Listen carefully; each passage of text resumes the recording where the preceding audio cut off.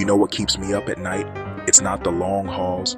It's not the tight deadlines. It's wondering who the hell is sharing the road with us out there. And brothers, what I'm about to tell you today is going to shake up everything you thought you knew about the trucking industry right now. Before we get into this, hit that subscribe button because what's happening in Oregon, Oklahoma, and Wyoming affects every single one of us behind the wheel. This isn't just news. This is a fundamental shift in how trucking operates in America. So here's where it starts. Oregon DMV just dropped a bomb. They've suspended the issuance of limited term commercial driver's licenses and learner permits for non-domicile holders. Now, you might be thinking, okay, another regulation, another day in trucking. But hold on. This isn't just Oregon being Oregon. This is compliance with a new FMCSA emergency final rule that went into effect September 29th. Emergency final rule. When the FMCSA uses those words together, you better pay attention. Oregon is saying this affects about 1,400 drivers. 1,400. That's not a small number. That's 1,400 people who were on the road hauling freight and now they can't get licensed in Oregon anymore. The stated reason? Standardizing licensing and improving safety. But here's what gets me. If they need an emergency rule to standardize licensing, what the hell was happening before? How many drivers were out there operating under rules that weren't standardized? Now let me take you to Oklahoma, because while Oregon is changing their licensing rules, Oklahoma decided to show us exactly why these rules might be necessary. They ran a sting operation, a massive one. At their ports of entry, law enforcement stopped over 500 individuals. 500 in one operation. Let that sink in for a second. Of those 500, more than 120 were arrested and handed over to ICE for immigration violations. We're talking visa overstays, illegal re-entry, unauthorized border crossings. But here's the number that should terrify every professional driver watching this. 25%. 1/4 of the drivers they contacted in that operation lacked legal documentation to drive commercially in the United States. 25%. Think about what that means for a second. These aren't just people without a license. These are people operating 80,000-pound missiles on the same highways where you're trying to make a living. The same highways where your family drives, where my family drives, and nobody knew. Or maybe some people knew and just didn't care. Now we head to Wyoming. Sheriff Cock and his deputies have been sworn in under ICE directive to arrest unlicensed and undocumented truck drivers. And get this, the sheriff estimates that over 130,000 such drivers operate on Wyoming's highways alone. 130,000 in Wyoming, one state. If that number holds anywhere close to true nationally, we're looking at a crisis that nobody's been talking about. Wyoming is calling for zero tolerance on unsafe and illegal driving. Zero tolerance. That's the kind of language you use when you've reached a breaking point, when the problem has gotten so bad that there's just no room for half measures anymore.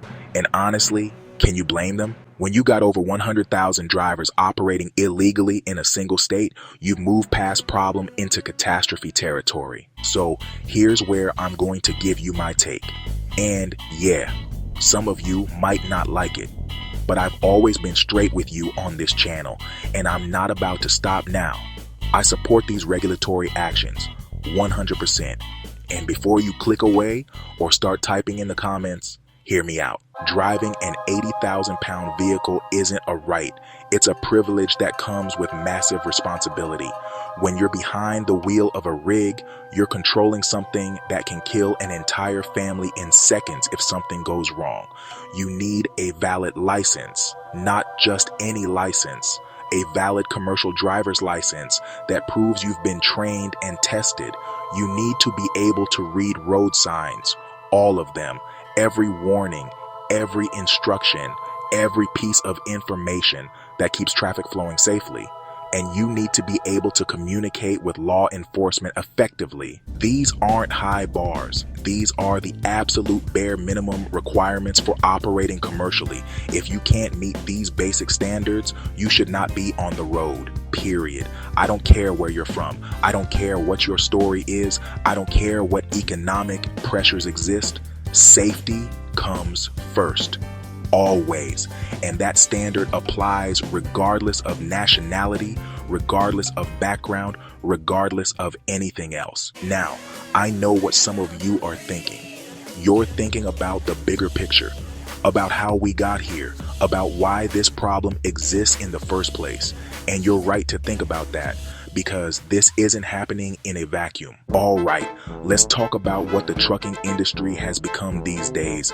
Many professional drivers feel, well, underpaid and undervalued compared to previous decades. And you know what? They're not wrong. Adjusted for inflation, truckers today make less than truckers made way back in the 1970s. Just think about that for a moment. We're more essential than ever before. The entire economy, it runs on trucks. Every single product you buy, every meal you eat, every piece of clothing you wear, it all got to you on a truck. But here's the kicker. Drivers today are making less in real terms than their fathers and grandfathers did doing the very same job. That's not just wrong, folks. It's unsustainable. And it's downright demoralizing for veteran drivers who've put decades into this profession.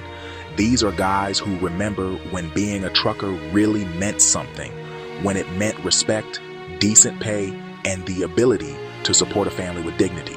But now we're seen as interchangeable parts in a logistics algorithm. And here's where it gets really dark, my friends. The system that's supposed to protect us, that's supposed to ensure quality and safety, has been completely gamed. Freight logistics has become a shell game where nobody wants to take responsibility. Shippers and freight brokers outsource freight just to avoid liability. They contract with carriers who contract with other carriers who maybe contract with owner-operators who might be leasing trucks from someone else.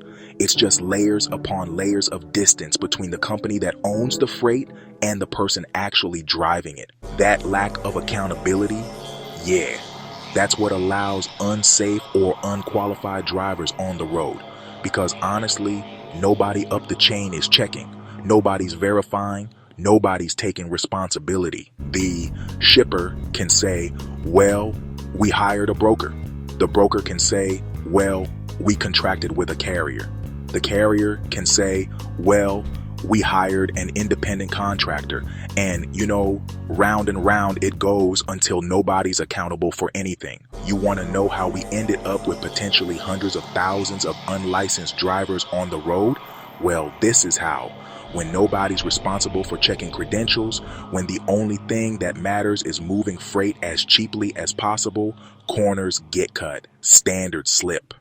And eventually you end up with a quarter of the drivers at an inspection point lacking proper documentation. Here's what should happen.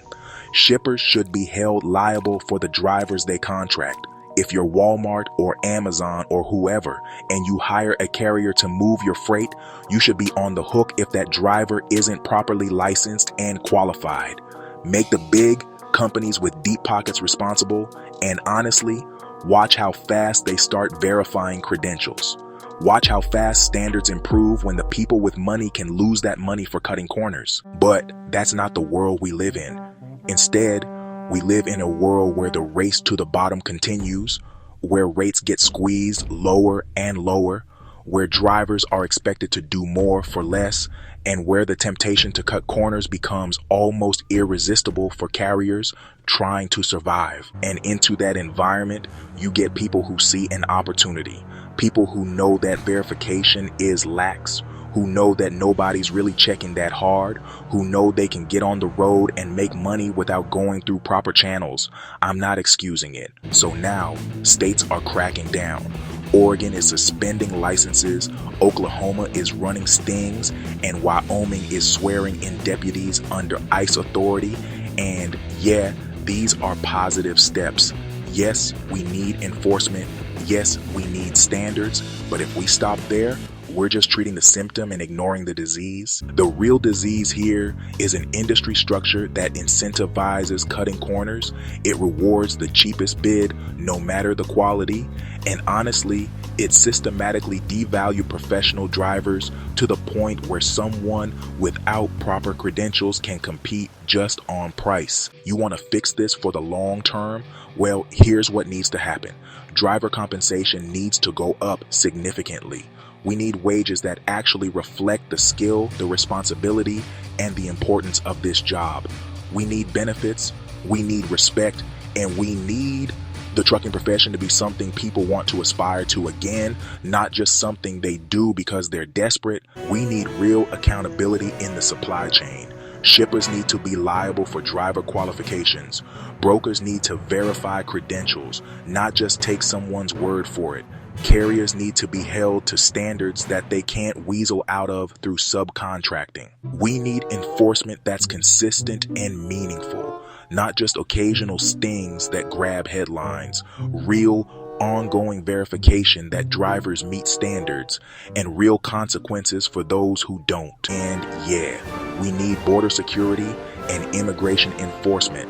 I said it, because part of this problem is people entering the country illegally and then finding their way into trucks. That's not anti-immigrant. That's pro-safety. That's pro-rule of law. Every country has the right and responsibility to control who enters and who can work in safety-sensitive positions. Now, am I optimistic that tightening these CDL regulations alone will raise driver rates? No, I'm not. The forces pushing wages down are bigger than licensing requirements, but it's still a positive step. Getting unqualified drivers off the road makes everyone safer. It reduces competition from people who shouldn't be competing, and it sends a message that standards matter. But we can't stop there. The trucking community needs to come together and brainstorm sustainable ways to improve driver pay and conditions. We need to organize. We need to speak with one voice. We need to make it clear that the current system is failing and that change has to happen. Because here's the reality. Trucking is essential. We proved that during COVID when everything shut down except us. Society needs us, the economy needs us, and that gives us leverage if we're willing to use it. But we have to be united. We have to be smart, and we have to be persistent. Look, I know this has been heavy. I know some of you are frustrated, some are angry, some are scared about what these enforcement actions mean for the industry. But we have to face reality. We have to acknowledge the problems, and we have to work together to fix them. The status quo isn't working. Stagnant wages aren't working. Lack of accountability isn't working. Lax enforcement isn't working. Something has to change, and that change starts with us demanding better for ourselves, for the profession, and for everyone who shares the road. So, I want to hear from you. What do you think about these enforcement actions? What solutions do you see for improving driver pay and conditions? How do we hold shippers and brokers accountable? Drop your thoughts in the comments. Let's have a real conversation about this, because if we don't advocate for ourselves, nobody else will. This industry has given a lot of us a living. For some, it's been a career spanning decades. For others, it's a path to independence and freedom, but it's under threat. Not from regulation, from a system that's forgotten the value of the professional driver, from corners cut in the name of profit, from a race to the bottom that benefits no one except the people at the very top. We can do better. We have to do better. And it starts with recognizing the problems, supporting sensible solutions, and refusing to accept a future where trucking continues to decline. If you made it this far, you're the kind of viewer that makes this channel possible. Hit that like button, subscribe if you haven't already, share this video with other drivers who need to hear this message, because this affects all of us. Every single person who makes a living behind the wheel needs to understand what's happening and why it matters. The road ahead isn't easy. It never has been for truckers, but we've always been tough enough to handle what comes our way. We've always found a way through, and we'll find a way through this too, together. Stay safe out there. Keep the shiny side up and the greasy side down. And remember, we're all in this together. Until next time, this is Young Diesel Trucking Reacts, and I'll see you on the